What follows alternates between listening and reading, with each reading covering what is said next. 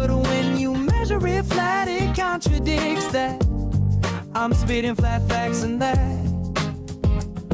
And I know you don't like that. Google Maps is flat, it presents elevation profiles like that. I'm a spitting flat earth king. Sentence has a ring, doing my own thing. If earth was a big roast chicken, factually finger licking chicken, we just got the measurements missing. I'm spitting eggs and begs, begging the question lesson. I've said it before, time after time. I'm the spitting flat earth king of rhyme. Welcome to Flat Earth Debate Live. I'm your host, Nathan Oakley, and if you are new to this channel, or you've not done so already, then be sure to subscribe, hit the bell notification icon and join button if you'd like to become a Nathan Oakley 1980 channel member and keep up to date with the Flat Earth Debate. If you would like to support the channel, there is a super chat that runs alongside each of these shows while they are live, and there's also a coffee, Patreon, crypto and thanks button in the info box below the video.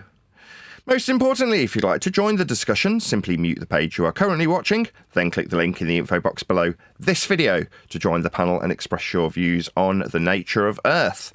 If you do join, please don't swear. If you do, you'll be ejected, and if you are, please don't try to rejoin the stream using sock accounts. You'll be warmly welcomed back on the next stream. Please also share the show on social media. Sharing the show obviously increases the live audience, but this in turn increases the chances of a more diverse panel, so please share the show on Facebook and X. Now, we are joined by Neil, Len, Wandek, Christian, and a whole bunch of people in the Flipside Discord server, so welcome one and all. Good afternoon. Good morning, good afternoon, good evening. Good afternoon. My wife's not here. Normally I get a privileged cup of coffee, but just before I start the live show, and that's not the case today. So I got to about 2 o'clock and I started making coffee and then realised I don't really want to start late just for this cup of coffee. But I'm hoping you guys, now the coffee machine is actually warmed up, can keep the conversation going for at least, I don't know, 2 minutes while I make myself a cup of coffee. Is that a possibility, so I can be caffeinated throughout this live show? Yeah, I'm sure we can talk about sea level or something along them lines. I'm only in the next room, so I can hear you, and it's just I don't want you necessarily subject to all the noises my coffee machine makes. Yeah, so what was you saying then, Neil? Sorry, no, not on that bit. What was we talking about in the pre-show? I stumbled across a video of McToon addressing John since, well, Quantum Eraser, since he his ego made him put his real name out there after cultivating his brand of Quantum Eraser for however many years. But McToon's just been talking about his copyright claims, how he doesn't like his image being used, and various things. It was quite entertaining, to be honest. Come on, get into the real deal. Nathan, did you ever see what he looks like? He is the quintessential dweeb. Oh, really? You got it on who he is, huh? In person. If that picture is who he is the dweebs that we mock here. That's him. Ooh. Keyboard typing, you know? That's why he is the way he is. Oh, my goodness. Now I'm going to get a message. We could take a boat ride and meet me in Missouri. Yeah, okay. What a dweeb. Yeah, you can tell what the cologne he wears is, right? Yeah, it's called desperation. Okay, fun though it is talking about the people who've thieved from me. We don't have to necessarily talk about book-related stuff, or necessarily in the next couple of weeks, let's just say, flat earth-related stuff. So when I see other YouTubers doing well on YouTube, it is often the case that they'll just cover random stuff that they're particularly interested in to give the audience an idea of what sort of forms their opinions and how they react to certain circumstances. So as an example, right, I typically draw a few examples to spinsters, right, women who have hit the wall. Well, you might go, what does he mean hit the wall? Well, that's a terminology that's come from people like Taylor the Fiend and a channel called Hitting the Wall about women who pass their 30s and are past their best. Well, I can then draw upon the examples that they make when they're using those particular women to make a specific generalisation about society. And I can cross-reference it with the people that we deal with. I'm not saying that, all of the Batman T-shirt wearing wankers we have to deal with are comparable to women, but there are plenty of examples where that is the case, by generalisation and stereotype. So for that reason, it might be the case that over the next coming weeks, while I'm waiting for the book to come out and have the publisher do whatever due diligence he has to do without me pestering him to ask why or what or when. I've already asked when. I'm sure he'll get back to me within due course to tell me when there's going to be a publication date. But that does mean that there's a bit of limbo, which from one perspective is excellent because it means that I can now produce videos. It's the bit I love, right? Producing videos. I'll get to my point in a minute about those videography YouTubers who produce content about men and women. I'll get to Pearl in a second. But there's an opportunity to not necessarily focus in this, what's the word? It is the genuine calm before the storm, right? I was saying in the pre-show that there's going to be a lack of time for me to be proactively chasing people who I could potentially be on their show or in their Discord server or whatever. Might even go out to radio. Who knows the dizzying heights that I might achieve when promoting my own material. But I'll be very much up against the wall in my own capacity, not hitting the wall, because I'll have a lack of time when I'm trying to promote those things. Right, but now we're in that limbo period where I haven't got to do anything. I'm not editing or writing. The only job I've currently got is producing YouTube content. I've got half a dozen mics left on eBay that just aren't selling. I'm not running around posting things or purchasing. So I've just got this is my only job at the moment. It's like only having one job's a massive relief. I mean, I still get up and immediately start replying to comments and in today's case editing videos, which is what I'll plug now. So if you're a member of mine, there's, what did I title it? Copyrights and Coriolis. That's what I called it. And it's a video that examples the Coriolis effect via Simon Dan as an example for an anti-flat earther, to juxtapose him with a normie, that's the map reading company, descending into becoming an anti-flat earther, equivalent to Simon Dan, with examples thrown in for good measure from Neil deGrasse Tyson when comparisons to the relinquishment of heliocentric rhetoric by Simon Dan when it comes to Coriolis effect, hence the title, and Neil deGrasse Tyson's examples being of the rhetoric of a sphere Earth that's being relinquished. Also, in the mix, we've got a bit of Thunderfoot, because the examples of science being incorrectly utilised to assert things like gas go south, go boom boom. So all of it's tied nicely together in a fairly lengthy video. It's about 20 minutes long, with a lot of moaning about me and the treatment I get, like a bleating bitch. Saying, I get copyright strikes, people send social services and the police round. Now, while that's true, it's still me moaning, right? Anyway, I thought it was quite a good video, and I have the opportunity to actually go through it and edit it in a meaningful way. Put little cuts in when I'm intonating certain points so that I'm getting closer to camera, in the edit, which is just something that keeps the ADHD generation intrigued with the video when the picture's bouncing in and out. But I've got the time to do such things. And today, what I want to do is I'm going to dig out a video from the list of videos that I do actually cover that isn't in any way necessarily related to the subject of flat Earth. It's more at the bottom of the barrel, lowbrow, dealing with people. But this seems like the right opportunity, I'll round out my point, while you guys are talking about some dude, admittedly, could be connected to the story of flat Earth because it's somebody who's wronged me. But without sounding too much like that bleating bitch, I'd rather talk about other bleating bitches who hit the wall at 30, because that's more amusing. So we'll get to Pearl once we've had a little discussion about not necessarily covering in complete focus the flat Earth or anti-globe rhetoric that we typically do. Camera's too low. Listen, it's not that we want to talk about it. It's just that he keeps trying to bullshit to people and, tell a different story. Like, we're silent until we hear his stupid ass mouth. Oh, we covered this yesterday. This is so 24 hours ago.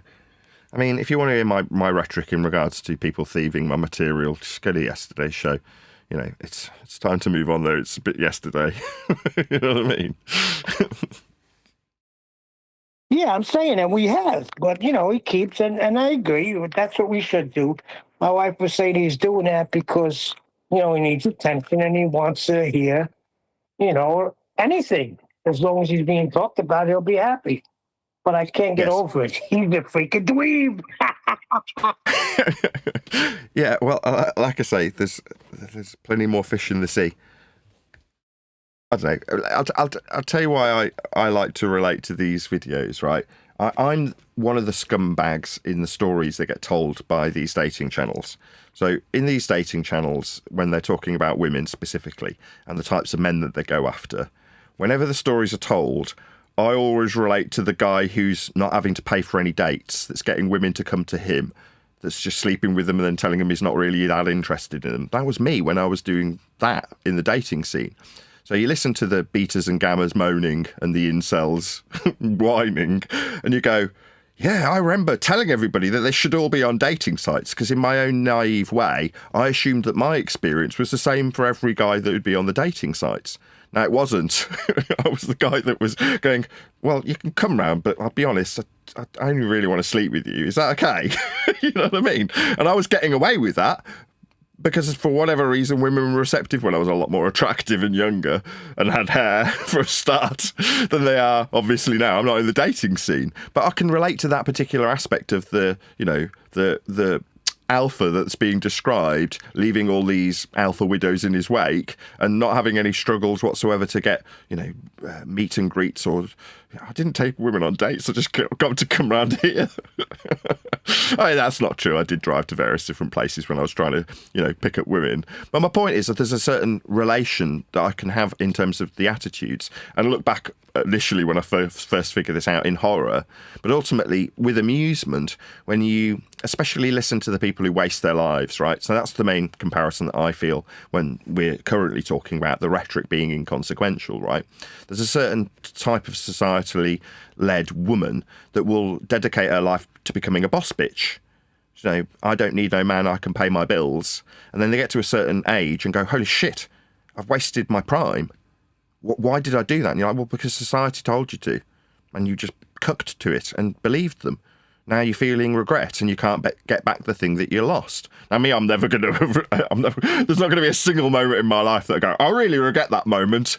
Now, I'm just not that type of person. If I don't like doing something or I feel like I'm not being treated in a way that I want to be treated, I'll make it verbally obvious and then you'll know about it and I'll be doing something else very quickly. That's how I am, right? I like to think in a way that if I was hit by a bus tomorrow, I'd go, oh, it's so sweet. Thank you for letting me experience this. It was awesome. Yeah, moment to moment, everything's got to be awesome, like in the Lego movie. If everything is awesome.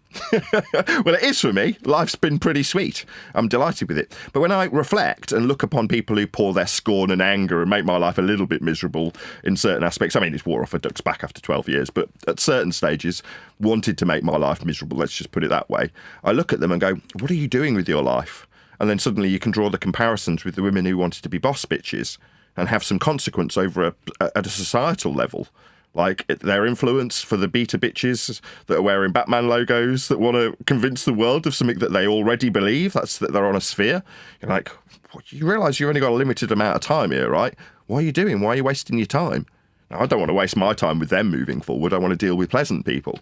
Now, obviously, on the arc of learning how a ball that we're not on, seeming to be important at the seeming top of the curve, eventually turns into Earth being measured flat and the requirements and prerequisites to create that ball being based on them. You go, well, what was I wasting my time? You know, I've said, I never want to look back on a single moment. Well, no, I don't feel so. I wouldn't be at the point that I could look down the barrel of a camera and describe how Earth is measured flat to create sphericity unless I'd gone through that process. Miserable though it was at some stages. And back to the let's have a look at the lowbrow dweebs and geeks and 5'7" little males with Hitler complexes and Napoleon complexes. When we're doing that, we're at the bottom of the barrel, right? We're very lowbrow, but that's where it does get comparable to people in the dating scene. It's base, right? It's sex, drugs, rock and roll, looking for the thrill and the chemistry and the excitement. Those are the kind of words that people are using when they're describing the dating scene. Well, I get all those butterfly feelings from just doing what I do on YouTube. This is an absolute joy. You know, it's nice not to be editing books or flogging stupid microphones. It's nice to be actually just talking to an audience and going, I'm sure there's various aspects of what I'm talking about now that people can relate to. Now, as I say, I'm gonna pull up a video in a minute. I've been talking too long. To just identify some of the people in this arena. I've mentioned Taylor the Fiend, but I wanted to cover a video by Pearl that I came across yesterday. So if you guys can talk amongst yourselves for a couple of minutes, I'll see if I can find that video in my history, and then hopefully we can react to it. Let's hope she don't give me copyright strikes. Sure. Well, if any of you guys are familiar in the chat, there's a guy called Skeptic936. He's been in Nathan's chat for years. He's going to pass by my house today. I'm going to have a little lunch, I suppose. Nice one. Yeah. So Skep's a good dude, man. Loyal to the Maybe not. bone.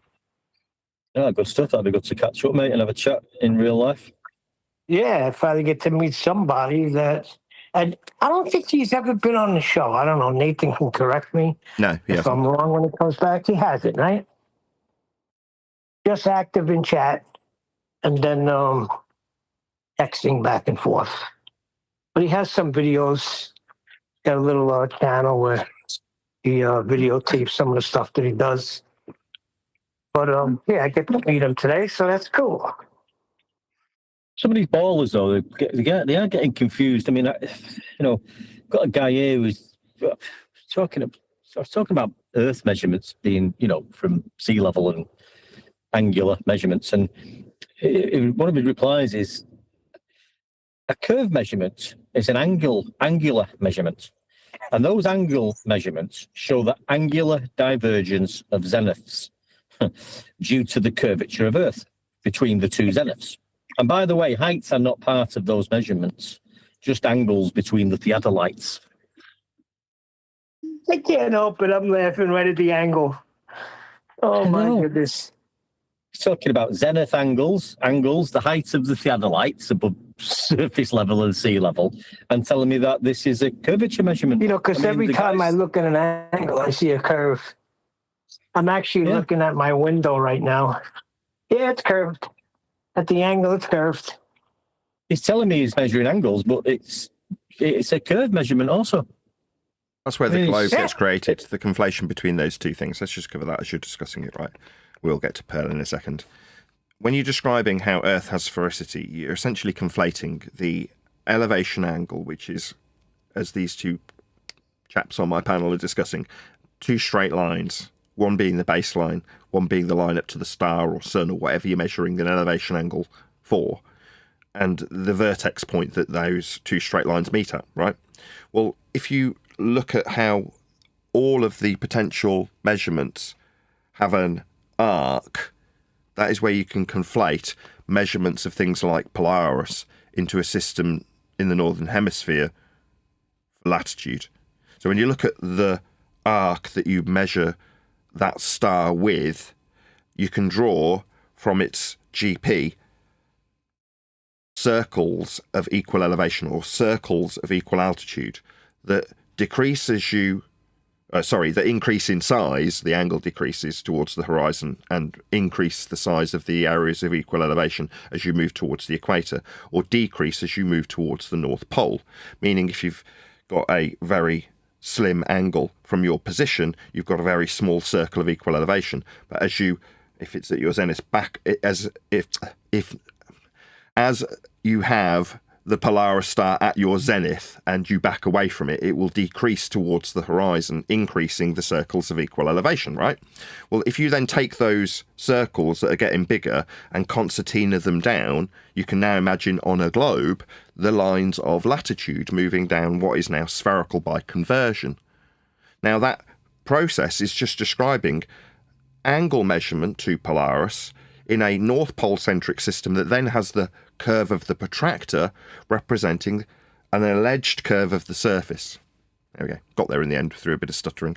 It's because I'm trying to focus on bringing Pearl up. Let's do that now. Oh, has the computer crashed? Right, there we go.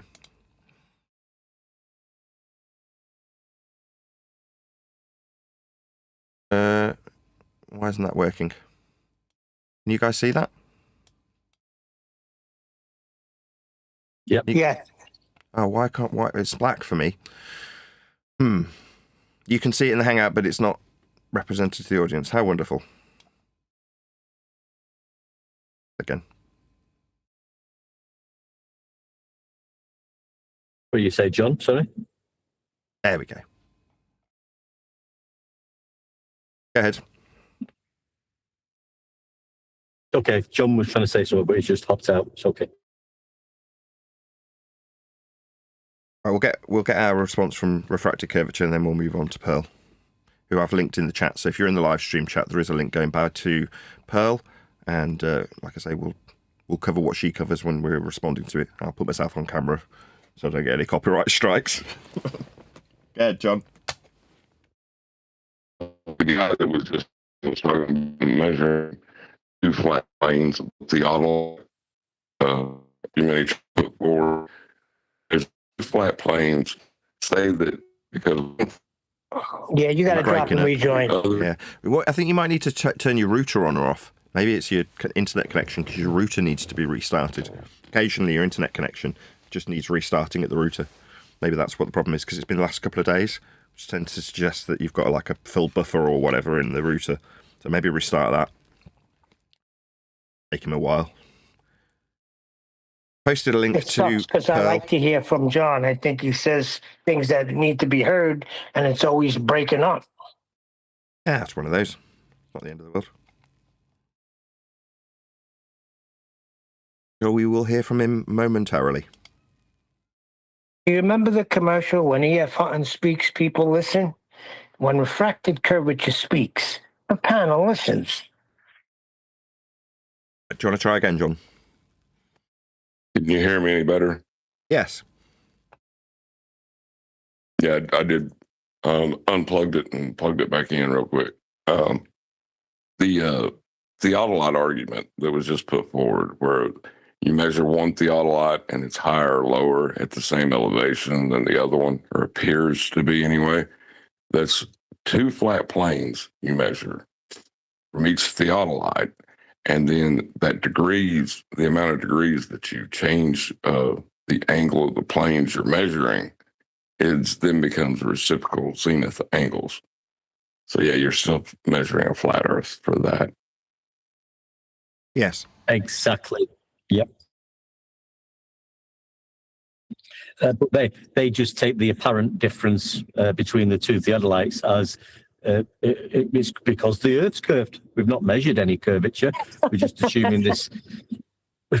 We're just assuming because there appears to be a difference in angle or height or whatever they're saying, reciprocal zenith angles, that it's down to the Earth's curvature, which we've never measured. But we're just going to presume that it's that. Oh, wait a second. You mean to tell me that Earth is not freaking exactly perfectly level from one end to the other, and that you might get a deviation at some point? So now it's curvature? Nice try. Right, I want to check and see if everyone can hear Pearl. Welcome to my coffee talks. Did you hear her say, welcome to my coffee talk? About Discord. We can hear Pearl. Did you hear her in Discord, Pearl? That is.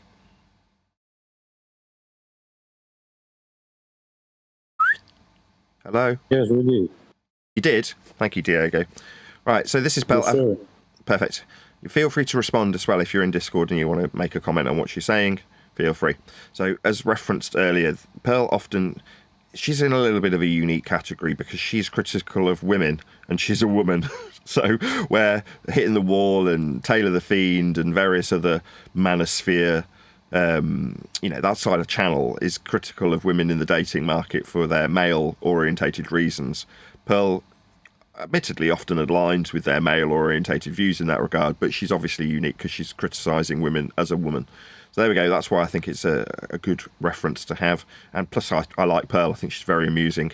And she's been screwed over by YouTube over the last couple of years. She was completely demonetised. And you think, oh, wow, you've managed to stick it out and keep doing your YouTube thing, and to her own financial detriment as well, so I can totally relate. Now she's back at it and she's putting out like 2 or 3 videos a day at the grindstone, being a YouTuber.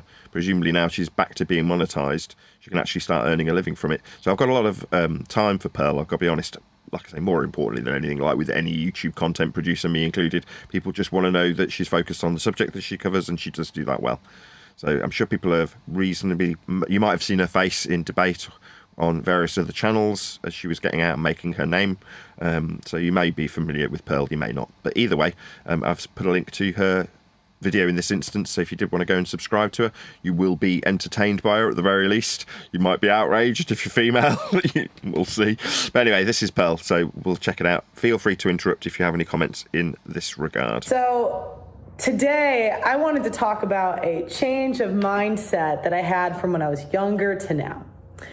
When I was younger, there was a lot of instances where people that I felt like I was very good to betrayed me.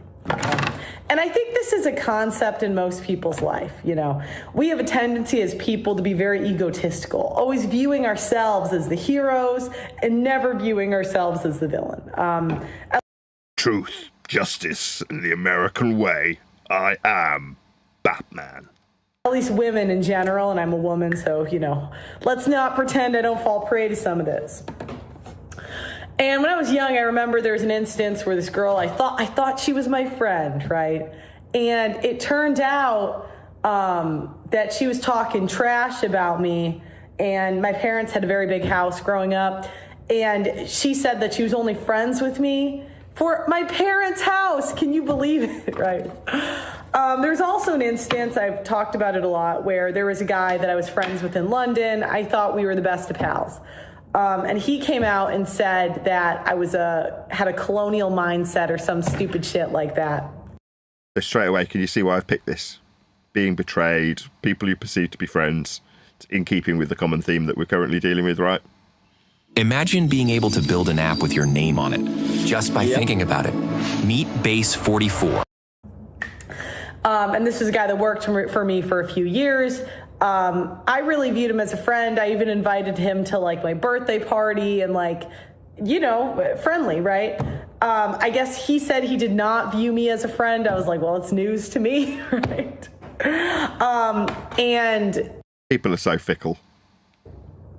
Then he made like videos trying to like expose me. You know, it was this whole thing. And I was like, my guy, I've given you so much opportunity, right? You know, and yeah, I should totally relate. You're lost for words. Exactly. It's back to the Joe Pesci scene. You only exist out here because of me. Do I? Really? I was very hurt. And this was kind of a theme until my mid-20s where there was another person who stole a camera from me. And again, I thought we were friends. They stole a camera. Do you know what I mean? It's like, it's incredible, incredible. And what I realized is that I thought I was a victim because these people like took. But again, back to me referring to myself as being a bit of a moaning bitch in the video that's currently members only. It's like moaning about people sending the police round, moaning about people giving me constant copyright strikes, moaning about people sending social services round, or people suggesting that I should jump off tall buildings measured off sea level to the millimetre accuracy, all those sorts of things. Me whinging, basically. In all actuality, there's a few things. One, I was too weak in order to call them out when things were a little off or a little weird, and I allowed them to gaslight me. Yep, totally relate. There's times when you expose your own weakness, and that's when the monsters, predators, con men, that's when they pounce. Not when you're at your strongest, when you're at your weakest, right? When you're vulnerable. For me, it's being poor. Now, for whatever reason, she hasn't exposed her own vulnerabilities in terms of the whys and wherefores, but you can, I'm sure, relate. There were times where I've called, I said, you were talking about me, and the girl do what women do is they say, no, I wasn't, I didn't say that. And you're like, you know, they didn't like me, they didn't respect me, et cetera, et cetera. It's supposed to be like this. But when I put another person above me and I want their whatever, friendship, validation, more than I want to do what's right or to follow God or I don't know, whatever. it means you're making them a god, right? You're making the friendship a god, you're making the relationship a god, and you just can't do that, because it's kind of like scammers that scam people. They're evil people, they're takers, etc. Where she says scammers, I say confidence tricksters, con men, same thing. However, they're victims, quote unquote.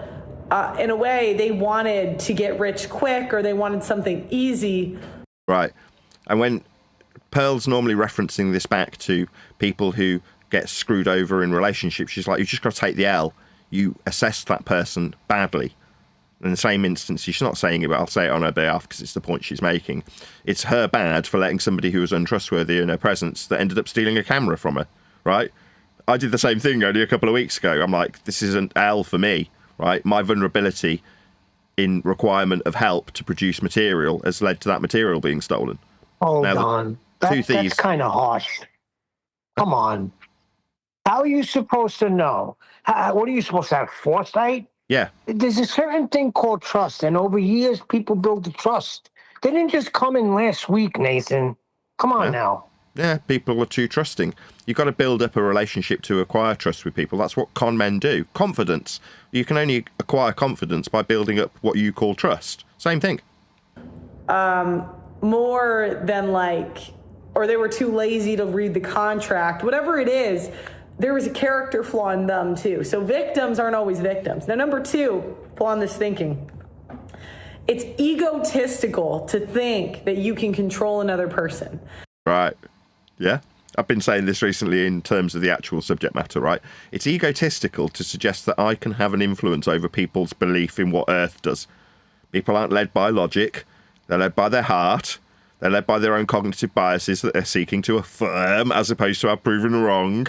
So it's delusional to believe that you can influence people in this regard. Furthermore, for us, even if we could, it wouldn't have any bearing on what the world is in terms of how it's measured. So to say, I'm going to influence the world to understand how flat it is. No, don't be so egotistical. But moreover, it's measured flat anyway. And me deciding to tell the world that their incongruence with a sphere belief is something they need to pay attention to won't alter how flat Earth is measured from sea level for altitudes, elevation angles, mapping, surveying, building, navigating. Those things are always flat and always were. And yeah, but I think it's different with that, Nathan. Hold on a second. I think it's a little different with that.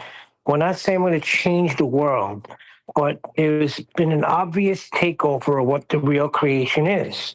And if we, with the measured flat, people, depending, could drop on them, then it's just taking back what God had already created in people's minds. They no longer have to believe they're living on a spinning water ball, but they could actually know that it's flat. Why? Because it's measured that way. Nothing wrong with that. Nothing wrong with that other than the people who've been put into the little pond of anti-flat Earth, that's globe belief, versus globe, that's anti-globe, otherwise known as being a flat earther, are left in a position where they're arguing the toss and feeling like they are consequential. A lot of the people we come across are currently bracing against us from our own side because we want to take away their ability to feel like they can lord it over next man when they understand heliocentrism, so therefore can demonstrate how the world is not a sphere. When I come along and go, well, it's measured flat anyway, not only is it measured flat anyway, you need to measure Earth flat to achieve ball faith. Therefore, there is no consequence to us having this discussion. Everyone must accept the flat Earth measurements anyway. Therefore, you are just a fart sniffer if you're trying to wake people up to the facts in the matter. They're inconsequential to your belief in them or next man's belief in a ball. You know, you might slip into cognitive dissonance if someone like me comes along, like with Wayne from the map reading company, where I point out that his necessity to measure Earth flat to make money from selling people courses in mapping would be incongruent or inconsistent with his sphere belief, as pointed out by Jin, CBR1. Actually downright psychotic to believe that people are going to be good to you because you were good to them. If I'm good to a person, I do my best to be good to them. I don't always do this, right? I can be spiteful, I can be wicked, but if I behave in an ideal way, which I don't at a lot of times, See, that's where Pearl and I differ. I am basically perfect. Their behavior should have nothing to do with you. When Jesus came down, I'm not even that religious, but this. Now, I'm not that religious either, but the point previous is what I'm going to focus on. How they behave should be inconsequential to you, right? Just makes sense to me. Jesus came down and he offered nothing but goodness. He said, I'm going to be good to people. And they're killing him on the cross, right? And he's forgiven these ninjas. He's forgiven them.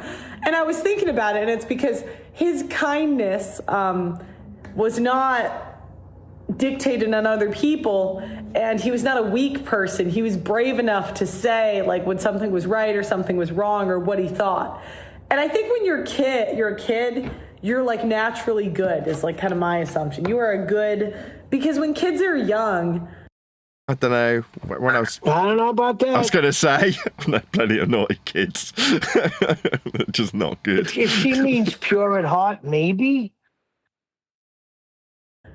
they like Think about the about threat. I mean, you could be somebody's friend for years, and you are friends, but until a certain thing happens, then the friendship is broken. But before that, you was both all friends. So it doesn't mean that you wasn't really friends. Maybe, if something, if we're talking about a certain situation, everybody was friends and thought they was friends, but then something has altered at some time. Yeah, they broke the trust. To break that friendship. Does that mean that you was never friends? No, it means that maybe you were a friend and you held the friendship higher than they did, because maybe they just did not give a crap. And I really do think mothers ruin their kids. You'll naturally say you're fat or you're old or you're black or you're white, but you don't say it with any hatred in your heart. But kids are very observant, and they will say what's in front of them until the world tells them like not to talk like that. And it's usually not the world, it's just women to some degree. It's the mother's mad because she says, the kid says, Mama gets angry all the time. And the mom gets mad at the kid for saying that, like observing the behavior, you know what I mean? So anyways, just in my experience, Jesus and me and you. Dip your toes in the water. Hopefully you've got some comments while there's an unskippable ad or two. Yeah, she's a little off on Jesus, but we'll let her go on. She said she's not that religious. Neither am I. Well, you are definitely very religious, but she isn't, and neither am I. No. I can make that So claim. My point is, she's using Jesus as an example, and she'll get to his point, which is why I'm not particularly concerned about defending her lack of Christianity or a heightened Christianity, whichever way you want to view it. I'm not too concerned about that, because she's using it as an example. You'll hear it in a minute. No, but what I'm saying is I'm not religious. I'm not. Religion means return to bondage, the original root word. It's rules and regulations. I'm in a relationship. And what I mean by her with Jesus is he came more to, yes, he was good and he did good for all, but he came for more than that. He wasn't good to the Pharisees, was he? Us are Jesus. No, he right? showed. Go ahead. I was just skipping through the ad. Nope. So no, I was just agreeing with Neil on when Jesus was smashing up the temples and things like that. Yeah, so he did have his certain ways about him. Why was he smashing it up? Because there was con men in there, conning people. We all behave in a worse way than God. There's no way, unless you are a narcissistic psychopath, there's no way you think you behave better than Jesus. Jesus could not get people to be nice to him, respect him, and treat him well. In fact, they crucified Jesus. Now, I don't even like making this comparison because I'm a woman. So my flaws are like here, you know what I mean? And Jesus's flaws were here. But if Jesus himself came down and couldn't get people to respect him, treat him well, and not betray him, Who the hell are you? That's the main point I wanted to get across from this particular video, hence me pausing on it. Not that I've got any particular comment. She kind of speaks for herself in this regard, and she's making a great point. Maggie, the substitute teacher, she actually said something like this to me in a different context once. She said about converting people. I used to, and I think this was egotistical, I used to think that everybody needed to hear conservatism and it would free them and blah, blah, blah. And that was a very egotistical way to think, right? That I can control, it's controlling, right? I can control the behavior of another person by giving them information. You can't. So Yeah, we've all done that, haven't we? Sorry, Nathan. well, we call it fart sniffing, don't we? I can control Yeah, but next even, man like, by not- passing this information on not about so how much- heliocentric the world isn't. Like, can you? No, you can't. People don't respect logic. People go with their heart and affirm their own biases and will seek to go through the process of cognitive dissonance so long as it affirms their biases. But yeah, assuming that you can make people believe what you understand is the case anyway, just through rhetoric, it's just nonsense. It's just, it's egotistical, if I'm to use the same word she did. Go ahead, One Deck. Just agreeing, and not so much now, but and I think a lot of us have been through that. I did, especially in the early years of finding Flat Earth. Thought it was my mission to go and tell people this and change their mind, make them realize, force this upon them, because I had to tell them, and they will listen, and then they will know also that the Earth is flat and they don't live on a globe. But like you're saying more recently, it's just the way it's measured. You don't have to convert people. You know what I mean? Cannot. I've done the street interviews, I've done the fighting. Impossible. You cannot do this.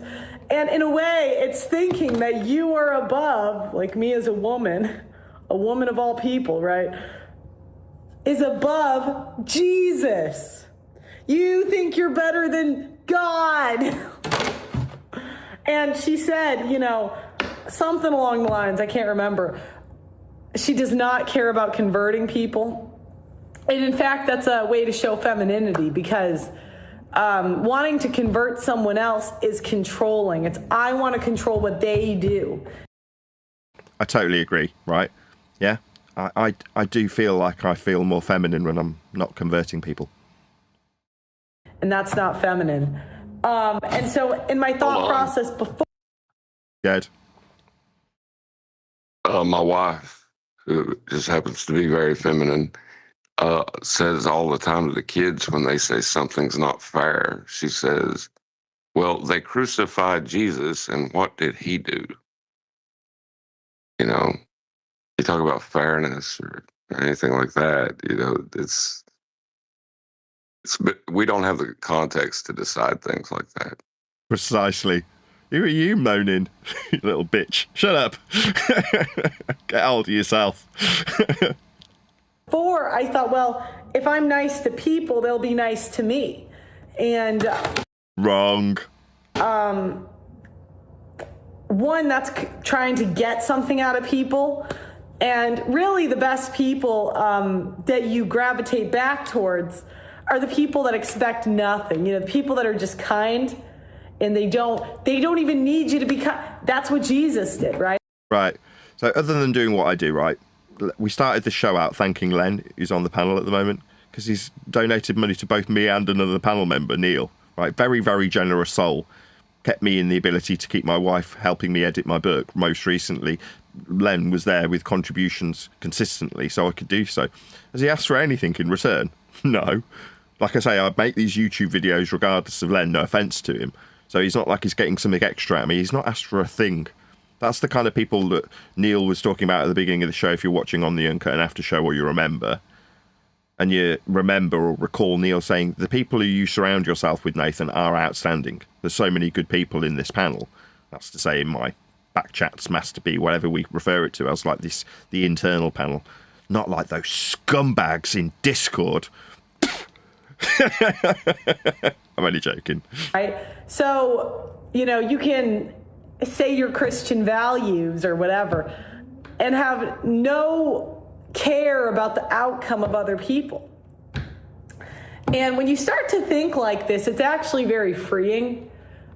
Even being more honest with people, because I kind of found this weird persona in a way where I could be very honest on camera and talk about like X, Y, and Z and talk about my beliefs, because it was kind of an environment that, you know, you're on shows and stuff where they say, what is your opinion? You see, we could past tense relate to this when we were talking about our beliefs in flat Earth, but this is where we kind of deviate from her rhetoric in this particular video, which is going to happen eventually. Can't really knock the fact that at least 80% of the video we were in complete agreement with her on every single aspect of every point that she's made so far. You know, like, you can't deny this is a perfect parallel for us currently. Brilliant video by Pearl. But at this point, this is where we deviate, because she's talking about her beliefs that she's expressing in debate when she's out on the street, doing what she's doing, interviews with people, Piers Morgan, whatever, right? We don't have that anymore. Past tense, we could have agreed with her, but now it's like, how am I going to express a belief in what North is? That's North. It's not a belief, it's not up for debate.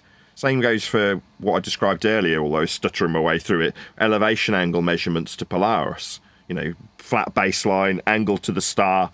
It is what it is. It's not really up for discussion. I'm not expressing a belief in elevation angles.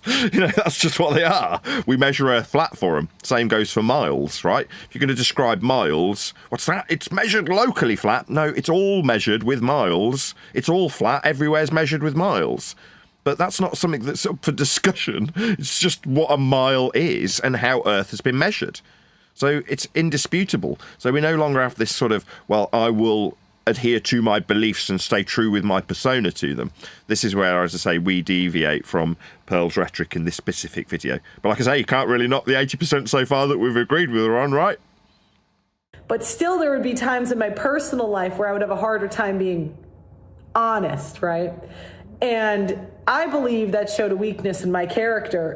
But I don't think I'm alone. I think this is a common trope where you just can't... It shows a different level of care and honesty to people when you're honest and you have no care about the outcome. It's like a different type of love.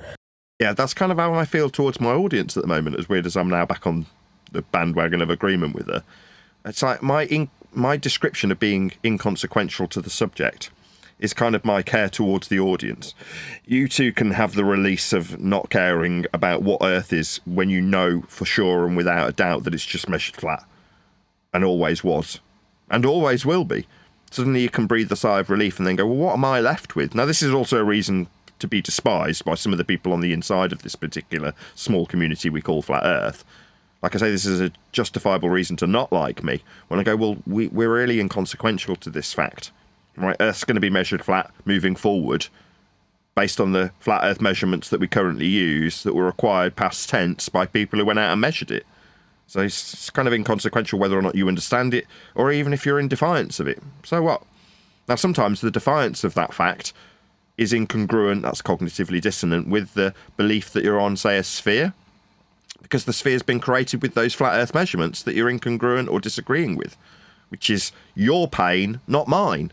But like I say, my saying, well, you aren't actually having any bearing on this, no pun intended.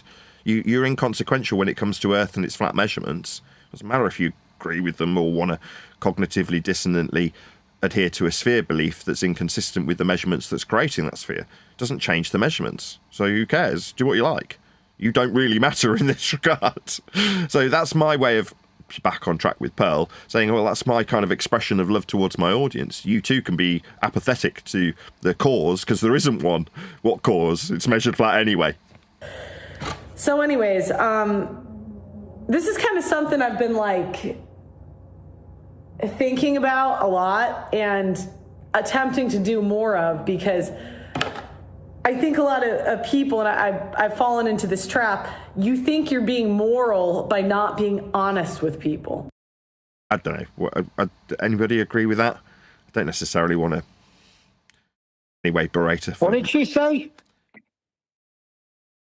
To do more of, because I think a lot of people, and I've fallen into this trap, you think you're being moral by not being honest with people. I've never had that. I've never thought I'm being moral by being dishonest. She didn't say dishonest. I don't understand that. I don't understand that either. I do. Like, if someone asks me if I believe it's flat and I tell them no, I'm trying to alleviate their pain by not, entering into debate with them. I know it's flat, but I don't say that. I say, I don't believe it's flat because I was in I no don't. way dishonest. The question you phrased it with was about your belief in a flat earth. You're asked about your belief and you say no. Well, that's correct. You're not being dishonest. Her sentiment is that you're somehow being noble by being dishonest. That was how it came out. Maybe she's just phrased it poorly. Yeah, but see, I understand that they're using a category error in their question. I understand what they mean, but I'm playing against what they actually said. That, in a way, to me, is dishonest. Fair enough. But Selective honesty, you could call it. Go ahead, Craig. Yeah, would you say it's like, when your wife says, does my bum look big in this? Is it that sort of what she's saying? I don't know. My wife's ever asked me that. To be nice to people. Nice to be nice, even if she's got a giant bum. Yep. She doesn't want to know that, really. She just wants you to, But, sometimes people don't say the truth because it's saves a lot of grief. I don't relate to that at all, because whenever I've been asked that question, I've said yes if it's the case. I assume that my wife's asking so that if she's out and about and other people are looking at her bum, they don't look at it and go, God, she's got a big bum. So if she happens to wear something that's unflattering, I'll tell her. I wouldn't lie to her. But I mean, that's just me. I know I'll now agree with you. I appreciate that most people, for the sake of having an easier life with their wife that might be a bit of a nag, wouldn't be honest if they were asked that question. But with myself and my wife, if asked that question, I automatically assume my wife does want me to be honest with her, and I am. I have told her, you look like you got a big bum in that particular skirt. Don't wear it. And she's like, right, okay, I'll put something else on then. As opposed to, you bastard, you're saying I've got a big bum, which is what you're getting at, and I get that. I just thought that was her point, sort of like, somebody starts talking about flat earth and sometimes you're not in the right area or the right environment. You can just pretend like the conversation's not going to happen. So you just say something that's not necessarily true, but just to save an argument, save face, whatever. Okay, I can kind of relate. So the other day, I think it was on Monday of last week, I was at an animation class with my eldest daughter, and I sit down and I start editing a video, but the iPad was on full blast. when I turned it on, it started playing, and suddenly there's me screaming something about flat earth because it's on full volume while I'm editing it. So that obviously develops a conversation with 2 or 3 other parents around me. And when they asked me what I do on YouTube, because they could tell I was editing a video, I said something like cover geography. And then they asked, well, do your kids get involved with the YouTube channel? I'm like, no, it's too controversial. But at no point did I say, no, I wouldn't want to necessarily involve my kids in my ranting at idiots who describe me as being a child beater. That's not necessarily I want to say to somebody who's in a, animation class sat next to me because they happen to have accidentally overheard me editing a video. So, yeah, I can appreciate what you're saying. I can relate to it on a certain level. But again, I didn't lie, right? I did what John did. I haven't necessarily given them the full and open truth. I've been selective with my honesty. Now, that's not dishonesty, so we're back to square one. But again, I can relate to what Craig's example entails, with your big bum example. And that's what Pearl's saying, which is where you're agreeing with her. And I can take that as read because we can move on. And hold on a second, because if you're seeking to deceive by omission, you're just as guilty as commission. Yeah, no, I get it. Still a lie. Totally understand your example, and I agree. I think when you live like that in a way, it eats at your soul. So I don't know. These are my coffee talks today. Let me know what you think in the comments. Speaking of which, I will now drop a link to Pearl's video in this regard, and you can let her know at Nathan Oakley 1980 sent me with a polite comment that doesn't immediately get removed by the videographer, in this case Pearl, or by the YouTube algorithmic bots. If you're passive aggressive towards her, please don't be so. But yes, I've dropped a link in the YouTube chat so you can actually go and subscribe to Pearl. I'm sure she would appreciate that. So yeah, there you go. I'll just put that up on screen so you can see it. And yeah, if you are in my YouTube live stream as we speak, go and pop her a comment. Just let her know. Like I say, at Nathan Oakley 1980 sent me. Do not be passive aggressive. Do not be vicious in any way. I'm sure she would not appreciate it, but it is nice to let people know that you're picking up new subscribers because people have covered your video without the slightest hint of any disdain, because she's obviously talking about something that's kind of devoid of relevance to our general topic of flat earth and anti-globism, the people involved, etc., etc. So there we go. Please let Pearl know at Nathan Oakley 1980 sent me with a polite comment. Again, I'm not just saying this for my health. If you are actually watching live, I'll keep doing this plug and call to action while you actually do click on that link and go and let Pearl know at Nathan Oakley 1980 sent me with a polite comment that doesn't immediately get removed by her or the algorithmic bots at YouTube. Hopefully a few of you will actually do so. Yeah, like I say, I'm only a recent subscriber to her, so she, for whatever reason, had been recommended to me by YouTube because I was watching stuff like, I say, Taylor the Fiend and Manosphere or whoever, Better Bachelor, things like that, and enjoying watching those sorts of stories about people, lowbrow stuff, admittedly. But, you know, people enjoy different stuff. We cover lowbrow topics like people. That's where I've tried to deviate my panel from talking about people who've stolen from us and deceived us and built up confidence and trust from us, sat alongside us and then stolen from us, me specifically. But rather than talk about them, let's move on to other individuals who are, let's be honest, a lot more easy on the eye, as is the case with Pearl. So yeah, thank you very much, Pearl. It was really enjoyable listening to your videos. I'm a new subscriber to you. Don't copyright strike me. Any comments from you guys about Pearl and Pearls of Wisdom?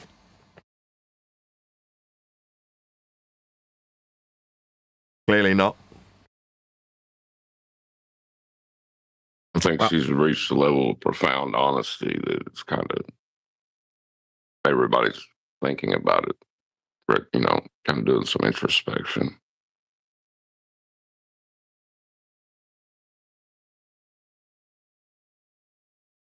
Yeah, I like to relate to her because she's had a bit of a time on YouTube. Like, she's built up a reputation, had it taken away from her, struggled financially as a consequence. So there's a lot of different aspects to Pearl that I can directly relate to and empathise with, which as a small YouTuber, making comparison to somebody who's got a couple of million subscribers, you're like, it's nice to be able to empathise on a similar level to her. Now, don't get me wrong, in terms of influence, she's obviously much, much higher up the pecking order than I am. But it doesn't mean that I can't empathise with her as a YouTuber. Like, we have that in common. Good. Nice to focus on normal people. Did you say she was a small YouTuber? Say again? Did you say she was a small YouTuber? No, she's got a couple of million subscribers. All right, I was just about to bloody say. No, far from it. But like anybody who's been demonetized, even if you've got a couple of million subscribers, suddenly it means nothing, doesn't it? You know, suddenly you've got no money coming in from the ad revenue. It wouldn't matter if you've got 50 million subscribers. And like I say, her plight when she was demonetized, I think she'd used some racist language or something like that. In any event, she was suddenly demonetized and she kept on her staff and kept paying them. And suddenly she's in financial ruin, having to move back in with her parents. So you're like, oh, right, so it did get real right quick then. Hence me saying I can empathise. Like, I'm poor too. I totally get it. It doesn't change how many hours I have to put into YouTubing without even being demonetised. But I can still relate. Wait a second. So you mean to tell me she had to go back and live in the big house that her parents have? The big house? Yeah. That people liked her just because she's got it. I mean, she had to go back. I think occasionally they made her sleep in the Ferrari in the garage. It was awful for her. Exactly. When people say big house, they're trying to say this gorgeous mansion that I lived in as I was growing up because I'm a little rich girl. I don't think so. I mean, I had a big house in some shit part of Birmingham. You know what I mean? When I was growing up, my parents had a fairly decent house and sent me to a private school.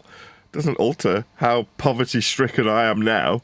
So, I don't know. I don't think it's necessarily a reflection on her saying that she's some spoiled little rich girl.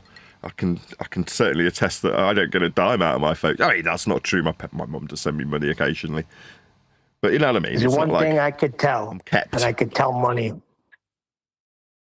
Why? Because she's politely spoken. No. There's just certain mannerisms. I don't know. It's a unique skill I got where I could be standing online in a Best Buy, see a guy like, this guy's money. And sure enough, when I start talking to him, he owns strip malls all over Alabama. You know, where stores come in, people rent to put their store in. He owns the properties. Just the way he was standing, just the way they move, their mannerisms, how sort of like in remember that movie Shawshank Redemption, where Red is analyzing the character played by what's his name? I forgot Tim his Robbins. name. He describes him as a tall drink of water with a silver spoon up his ass. Yeah, something like that. No, but the way he moved, like nothing affected him. You know, when he was describing it, he said, "Yeah, you could say I like Andy from the start." There's a certain thing that you just can tell. I prefer the Monty I'm Python sure you example have in Holy Grail. He's talking. King Arthur's talking to one of the peasants, and after the discussion, these two peasants are discussing the conversation that they've just had, and the one says to the other, "Well, he must have been a king." And he goes, "How do you know that?" He says, "Well, he wasn't covered in shit." Well, he didn't have shit all over him.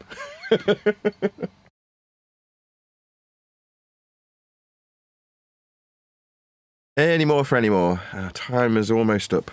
Well, it is. We haven't had a full hour. More comments? No. With that, I'll say if you are watching this on either Nathan Oakley 1980 or Nathan Oakley Programming Streams, then stay tuned as there will be an after show to follow. Unfortunately, though, if you are watching this live, this is where we bid you farewell. So another massive thank you to all of you who liked, commented, shared, subscribed. Hit up Pearl and let her know at Nathan Oakley 1980 sent me with a polite comment that doesn't immediately get removed by the YouTube algorithmic bots. I've just dropped one more link to the video we covered by Pearl in the live stream chat. Oakley, another massive thank you to today's Discord and G+ panels, and I will see you all in the next video. But when you measure it flat, it contradicts that. I'm spitting flat facts and that. And I know you don't like that. Google Maps is flat, it presents elevation profiles like that. I'm a spitting flat earth king. Sentence has a ring, doing my own thing. If Earth was a big roast chicken, factually finger licking chicken. We just got the measurements missing. I'm spitting eggs and vegs, begging the question lesson. I've said it before, time after time. I'm the spitting flat earth king of rhyme.